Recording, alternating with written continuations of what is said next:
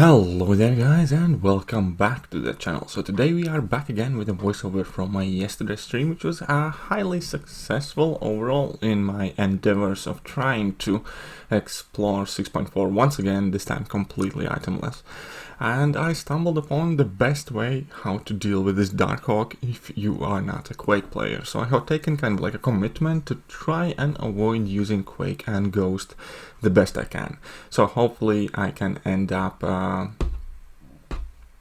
finding some fun fights and finding some different interesting interactions. And this one will not be an exception. I didn't think before that this will work out as well as it did. But Nick Fury is an absolutely fantastic and one of the best options for this fight. And obviously at the beginning of the fight you have a small brief moment of struggle where all of Darkhawk's attacks, basic attacks, are unblockable. But basically as soon as you knock him down, then you're free from that. Now in this fight in particular I will be kind of like slow playing the beginning of it, because obviously I do want him to effectively KO me and activate real Nick Fury. At the same time I want to make it happen in an opportune moment. I also did this fight a couple of times before when I started the fight with life model decoy destroyed, and it actually just simply went quite a bit quicker.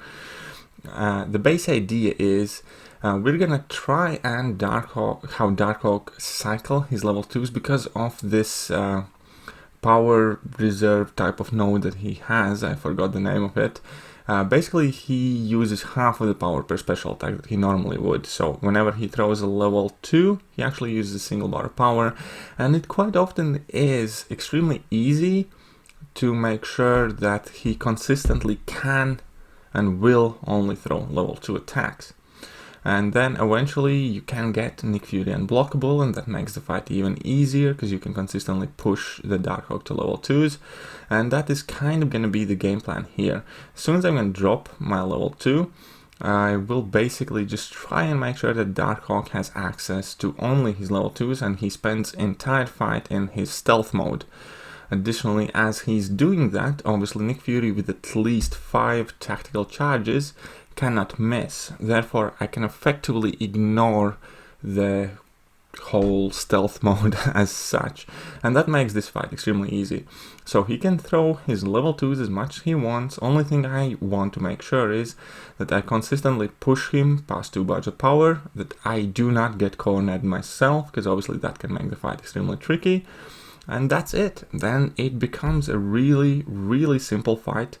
And even though obviously you lose out on the bleed damage from Nick Fury, with that Fury buff, whilst his life model decoy is destroyed, Nick Fury is still dishing out a very substantial amount of damage, and then the fight becomes extremely easy, because all you do effectively is just push Darkhawk from level 2 to level 2 and ignore the miss mechanic.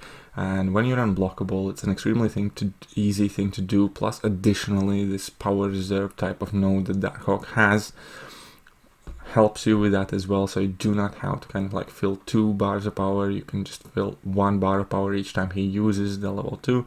So we can see here that he hardly ever would even get a chance to drop that level 1. And even when he does, the damage still isn't that great, and you can block basically a couple of level 1s and you will not kind of like die from it immediately. Obviously you do want to avoid that as much as you can, because you do not want to take any excess block damage. At the same time we can see that slowly and surely the Darkhawk is going down stable. I'm not knocking him down on purpose now, so he never has access to his armor mode, and with that obviously he never gets any heal, so you're making consistent stable progress.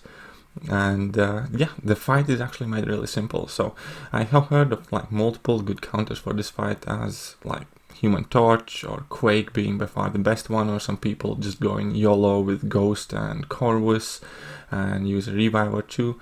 But I also wanted to point out that Nick is in fact extremely capable for this fight, and potentially your best answer for it. So that will pretty much do for today's video. I hope you guys enjoyed it. If you did, please hit that like button, hit that sub button, hit all of the buttons, and I will catch you guys soon. See ya.